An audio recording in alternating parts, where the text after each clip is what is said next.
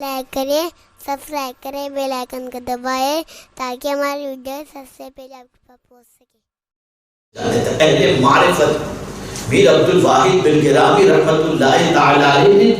سبع سنابل شریف کے اندر اہل معرفت کا ایک قول نقل فرمایا ہے۔ اللہ اکبر۔ اہل معرفت فرماتے ہیں کہ وضو کرنے والے کو کئی فائدے ہوتے ہیں، کئی فائدے۔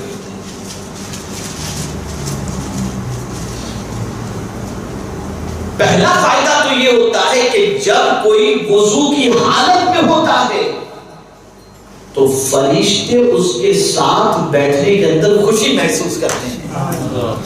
یعنی اگر کوئی بندہ وضو کی حالت میں ہے تو اس باوضو انسان کے ساتھ فرشتے بیٹھتے ہیں، یعنی فرشتے کو ایسے بندے کے ساتھ بیٹھنے میں خوشی محسوس ہوتی ہے۔ اور دوسری بات تو بڑی پیاری فرمائی، فرماتے ہیں کہ جب کوئی وضو سے ہوتا ہے تو اعمال لکھنے والا فرشتہ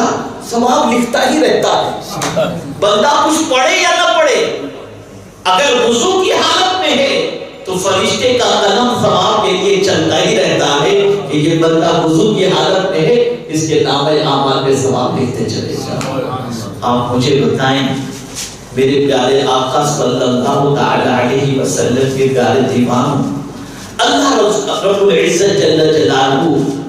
اور اس کے پیارے حبیب صلی اللہ علیہ وسلم کے ارشاد اور فرامین پر عمل کرنے میں اللہ نے کتنی برکتیں رکھی ہیں۔ اور ایک خاص بات جو بیان کی گئی وہ یہ کہ جو رات کو وضو کر کے سوتا ہے تو یہ آسیب، جن، بھوت، ڈراؤنی چیزیں اللہ تعالیٰ وضو کی برکت سے ان چیزوں سے حفاظت فرماتا ہے، ان چیزوں سے حفاظت فرماتا ہے۔ بہت سارے لوگ یہ کہتے ہیں یہ ہو گیا وہ ہو گیا، بالکل ہوتا ہوگا، کچھ ہوتا ہوگا کچھ نہیں ہوتا ہوگا، لیکن اگر کوئی بندہ رات کو وضو کر کے سوتا ہے تو اللہ رب العزت جل جلالہ اس کی اس طرح سے حفاظت فرماتا ہے وضو کی برکت کی وجہ سے۔ اور ایک خاص چیز آپ ہوں یا ہم ہوں، ہم سب کی تمنا یہ ہے کہ ہم اس دنیا سے جائیں تو ایمان کے ساتھ جائیں۔ جواب دیجئے یہ تمنا ہے یا نہیں ہے نا، کہ ہمارا خاتمہ ایمان پر ہو، اور صرف خاتمہ ایمان ہی کا معاملہ نہیں ہے بلکہ جب ہماری روح نکلنے والی ہو تو وہ آسانی سے نکل جائے۔ اس لیے کہ یاد رکھنا جسم سے روح کا نکلنا آسان معاملہ نہیں ہے، آسانی سے روح نہیں نکلتی ہر ایک کی، بلکہ فرمایا گیا کانٹے والے درخت کے اندر اگر کوئی چادر پھینک دی جائے اور جب اس چادر کو اس درخت سے کھینچی جائے تو کانٹے کی وجہ سے جس طرح سے چادر تار تار ہو جاتی، ہر طرف سے پڑ جاتی ہے، ایسے ہی جسم سے روح کے نکلتے وقت بندے کے پورے وجود کی حالت ایسی ہی ہو جاتی ہے۔ اور جاگنے کا وقت، روح کے نکلنے کا وقت وہ اتنا بھیانک ہوتا ہے کہ اس وقت شیطان پوری طاقت لگاتا ہے کہ کسی بھی طرح سے اس کا خاتمہ ایمان پر نہ ہو۔ حضرت امام رازی رحمت اللہ تعالی علیہ جو بہت بڑے مفسر تھے اور صرف اللہ کے ایک ہونے پر 360 دلیلیں وہ دینے کی طاقت رکھتے تھے، لیکن جب آپ کے جسم سے روح نکلنے کا وقت آیا شیطان آ گیا اور آ کر کے امام رازی رحمت اللہ تعالی علیہ سے کہتا ہے خدا ایک ہے تو دلیل دو۔ امام رازی نے دلیل پیش کی، اس نے دلیل توڑ دی، امام رازی نے دوسری دلیل دی، اسے بھی توڑ دی، تیسری دلیل دی، اس کو بھی اس نے کاٹ دی، تیسری دلیل دی، چوتھی دلیل دی، 360 دلیلیں امام رازی دے چکے اور 360 کے 360 دلیلیں اس نے توڑ دی شیطان نے. امام راضی گھبرا گئے تو ان کے پیر و مرشد نے امام راضی رحمۃ اللہ تعالی علیہ کو دور سے فرمایا راضی کہہ کے میرا خدا بغیر دلیل کے موجود ہے, بس آپ نے اتنا کہا اور آپ کے جسم سے روح پرواز ایمان پر خاتمہ ہو. اللہ تو یہ نہ تصور کیا جائے کہ جانگنی کا وقت آسان ہوتا ہے, بہت سخت ہے. خود حضور صلی اللہ علیہ وسلم امت کی تعلیم کے لیے دعا کرتے اللہم اہون علی سکرات الموت, اے اللہ موت کی تکلیف مجھ پر آسان فرما. یہ اس لیے حضور دعا کرتے تھے تاکہ امت بھی اس دعا کی عادی بن جائے اور امت بھی یہ دعا کرے اور سمجھے کہ موت کا وقت اور سکرات کا وقت کتنا سخت ترین ہوتا ہے. لیکن قربان جائیے ایک عمل ایسا ہے جس سے بندہ ریگولر کرے تو جانکنی کے وقت بھی آسانی سے اس کی روح پرواز کر جائے گی اور اللہ اس کا خاتمہ خیر پر ایمان پر فرمائے گا. اور وہ چیز کون سی ہے تو فرمایا گیا جو ہمیشہ باموضوع رہتا ہے اللہ تعالیٰ اس کا خاتمہ ایمان پر ایمان پر. اب اس سے بڑی سعادت کی بات کیا ہوگی کہ وضو کی برکت سے اللہ رب العزت جل جلالہ ایمان پر خاتمہ فرمائے. اس سے بڑھ کر کے سعادت کیا ہوگی کہ ہم باوضو رہیں تو فرشتے ہمارے نامہ اعمال کے اندر نیکیاں لکھتے رہیں. بلکہ اہل معرفت فرماتے ہیں کہ جب کوئی بندہ باوضو ہوتا ہے تو فرشتے اس کے نامہ اعمال پہ تسبیح کا ثواب لکھتے رہتے ہیں کہ یہ بندہ جو ہے یہ وضو کی حالت میں ہے, اللہ عز و جل کی تسبیح کے اندر یہ اپنا وقت گزار رہا. تو میرے پیارے آقا صلی اللہ علیہ وسلم کے پیارے دیوانوں, پاک رہنے والوں سے اللہ محبت فرماتا ہے. اور یہ بات بھی یاد رکھیں اس لیے کہ بہت بڑی تعداد میں خواتین آج کے اس پروگرام میں شریک ہیں, تو میں چاہوں گا کہ ان کی سمجھ میں بھی بات آئے. سلطان الہند غریب نواز رحمۃ اللہ تعالی علیہ بنگال کی سرزمین پر ان کے ہاتھوں پر 5 لاکھ لوگوں نے توبہ کی. تو انہوں نے اپنی ماں کو خط لکھا, ماں اللہ کے فضل اور اس کے حبیب صلی اللہ علیہ وسلم کے کرم سے اور تمہاری دعا سے اللہ نے 5 لاکھ لوگوں کو توبہ کی توفیق میرے ذریعے عطا فرمائی. اب ماں نے جو جواب لکھا میری بہن سنیں, ماں نے جواب میں لکھا معین الدین یہ تیرا کمال نہیں ہے, معین الدین یہ تیرا کمال نہیں ہے بیٹا, یہ اس چیز کا کمال ہے کہ جو میں نے کبھی تجھے بے وضو دودھ نہیں پلایا تھا, وہ جو وضو کی حالت میں تجھے دودھ پلاتی تھی یہ اسی کا صدقہ ہے کہ اللہ نے تیری زبان میں تاثیر عطا کی.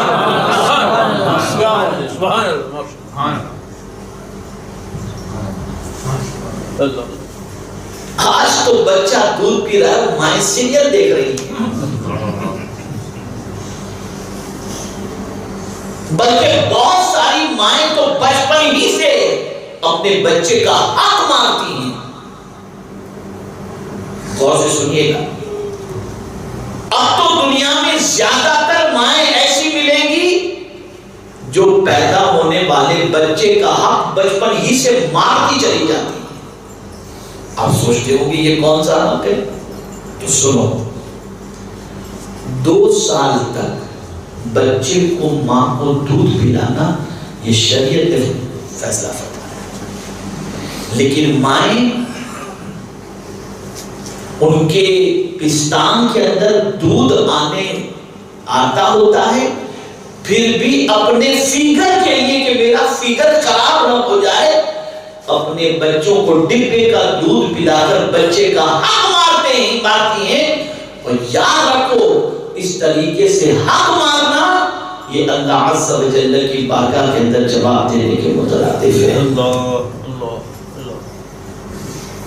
2 آپ اپنے بچے کا دودھ چھڑا سکتی ہیں؟ ہاں، اگر آپ کے پستان میں دودھ کی کمی ہے آپ دوسرا ڈبے کا اوپر سے دودھ پلا سکتی ہیں، دائی سے دودھ پلوا سکتی ہیں، کوئی مسئلہ نہیں۔ لیکن بغیر کسی عذر کے، بغیر کسی ریزن کے ڈبے کا بچے کو دودھ پلانا اور بچے کا حق مارنا فیگر کے لیے کہ میرا فیگر خراب ہو جائے گا، بلکہ بہت ساری ایسی ظالمہ مائیں بھی ملیں گی جو اپنے بچے کو دوسروں کے سامنے یعنی ایج چھپانے کے لیے کہ وہ میرڈ یا بچے والی ہے یا نہیں ہے، اس کے لیے بچوں سے کہتے سب کے سامنے امی امی نہیں بولا کرو۔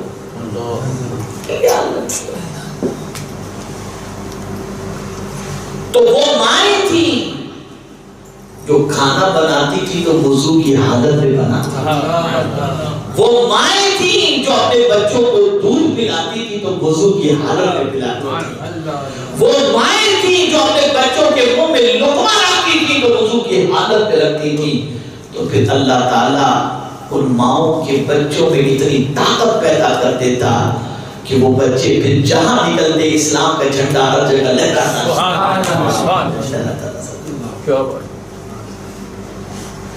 آج بھی اگر ہماری قوم کی عورتیں گھروں میں کھانا بنائیں اور بنانے سے پہلے وضو کر لیا کریں اور پھر بسم اللہ شریف پڑھ کر درود شریف پڑھتے پڑھتے کھانا بناتی رہیں، پھر آپ دیکھیے کھانا بھی کھانے والے کے پیٹ میں جائے گا اور درود کی برکتیں بھی اس کو میسر ہو جائیں گی۔ میرے پاس ایک بچی نے فون کیا، بڑی اچھی نیک بچی، پرہیزگار بچی، وہ سسرال میں گئی شادی کے بعد، جب بھی وہ کھانا بناتی تو کچھ نہ کچھ گھبراہٹ کے مارے جو ہے سسرال کے اندر کبھی ہو جاتا ہے، کبھی نمک زیادہ ہو گیا، کبھی مرچ زیادہ ہو گئی، کبھی کھانا صحیح نہیں بنا۔ تو گھر میں 2-4 روز تک تو کوئی مسئلہ نہیں ہوا، لیکن اس کے بعد پھر سانس وغیرہ کی کھٹ شروع ہوئی، بچی پریشان ہوئی کہ اب کیا کروں۔ مجھے فون کی اس نے اور فون پر مجھ سے عرض کرتی ہے کہ حضرت میں پریشان ہوں، بڑی کوشش کرتی ہوں کہ کھانا اچھے سے اچھا بنے، پوری تیاری کے ساتھ جاتی ہوں، پھر بھی کچھ نہ کچھ گڑبڑ ہو جاتی ہے، تو حضرت آپ بتائیں کہ میں کیا کروں جس کی وجہ سے کھانا بھی اچھا بنے اور میرے گھر کی یہ کٹ بھی ختم ہو جائے۔ میں نے کہا بیٹے بہت آسان عمل بتاتا ہوں، اور وہ یہ ہے کہ بیٹا باوضو رہتے ہوئے بسم اللہ شریف پڑھ کر کے کھانا بنانا شروع کرو اور درمیان میں درود شریف پڑھتے رہو، جو کچھ تمہارے ہاتھوں میں کمی ہوگی درود کی برکت سے اللہ کو۔ بچی نے اس طرح سے کھانا بنانا شروع کیا، کچھ ہی دنوں کے اندر سب کہنے لگے تیرے ہاتھوں میں تو ٹیسٹ ہی بدل چکا ہے، اب تو کھانے میں لذت مل رہی ہو تو کہیں ہوٹل میں بھی ایسا کھانا۔ یہ ہے درود کی برکت۔ اور ہمارا حال کیا ہے؟ اچھا تیری ساس کو بولو کوک رکھ لے، شیف رکھ لے، چونکہ پکانے کی ضرورت۔ ارے بھائی یہ بتاؤ نا اپنی بچی کو، وضو بتاؤ، درود شریف بتاؤ، بسم اللہ شریف بتاؤ۔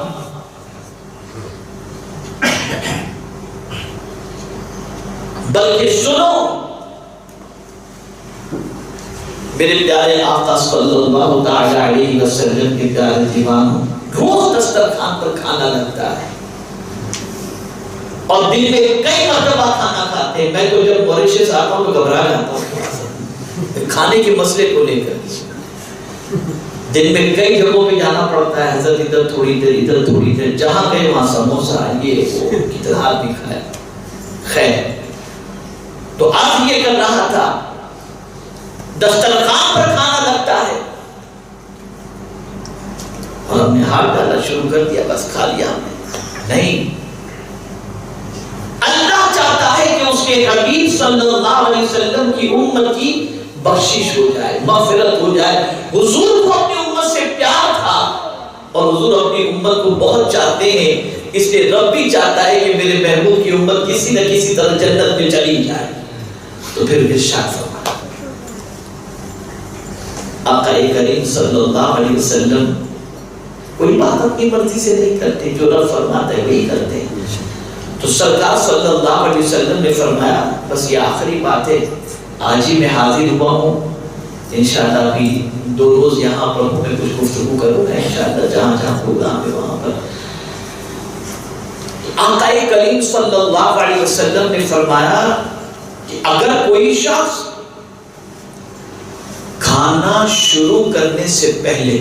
دسترخوان پہ کھانا رکھ گیا، ادھر سے اس نے ہاتھ ڈال دیا، نہیں بالکل کھانا رکھ گیا نا، کوئی بھی بلند آواز سے کہ بسم اللہ الرحمن الرحیم، پھر سب کہیں گے، سنیں گے تو سب کہیں گے۔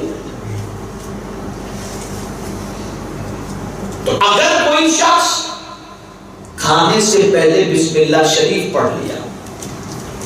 کھانا کھا لیے، فری ہو گئے، فوراً دسترخوان سے کھانا مت اٹھاؤ، دسترخوان پر کھانا رہنے دو، جب سب کھا لیں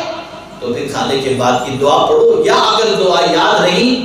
تو صرف الحمدللہ پڑھ دو۔ سرکار فرماتے ہیں اللہ تعالیٰ اس کو معاف کر دیتا ہے، اس کی مغفرت فرما دیتا ہے، اس کی بخشش فرما دیتا ہے۔ کیا اتنا کام بھی آپ روزانہ 3 مرتبہ دن میں نہیں کر سکتے؟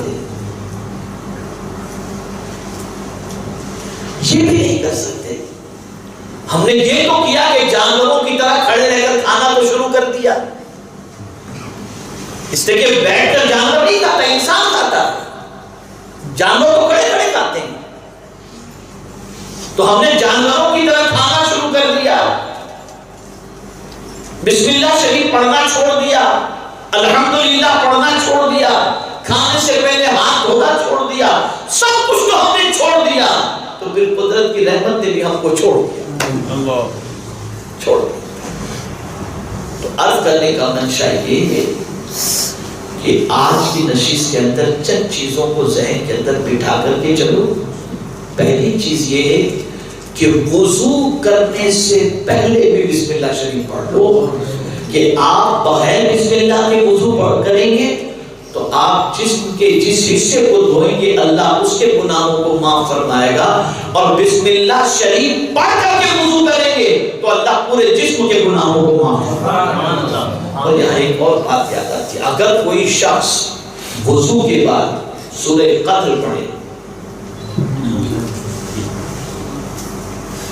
اور یہ پڑھے کہ اللہم اجعلنی من التوابین واجعلنی من المتطہرین، اے اللہ مجھے توبہ کرنے والا اور پاک رہنے والا بنا، فرمایا گیا اس کے لیے 7 جنت کے دروازے کھول دیے جائیں۔ سبحان اللہ، سبحان اللہ۔ تو باوضو رہنے کی عادت رکھو، وضو سے پہلے بسم اللہ شریف پڑھنے کی عادت رکھو، اور خواتین کو بھی چاہیے کہ کھانا بنانے سے پہلے بسم اللہ شریف پڑھ لیں، بچے کو دودھ پلانے سے پہلے بسم اللہ شریف پڑھ لیں، اور باوضو بچے کو دودھ پلانے کی کوشش کریں، انشاءاللہ العظیم بچہ فرما بردار بھی ہوگا۔ ہم لوگوں کے پاس لوگ تعویذ وغیرہ کے لیے آتے ہیں، یا مشائخ کے پاس بھی آتے ہوں گے کہ کوئی ایسا تعویذ دے تو بچہ فرما بردار بن جائے، تو میں کہوں گا باوضو بچے کو دودھ پلا، انشاءاللہ وفادار بھی رہے گا، فرما بردار بھی رہے گا۔ اللہ رب العزت جل جلالہ آقا کریم صلی اللہ علیہ وسلم کی صدق و طفیل مجھے آپ کو سب کو قرآن و حدیث پر عمل کی توفیق نصیب فرمائے، اور سب کو باوضو رہ کر کے زندگی گزارنے کی توفیق فرمائے۔ وما علینا الا البلاغ المبین۔ ہمارے ویڈیو کو لائک شیئر ضرور کریے۔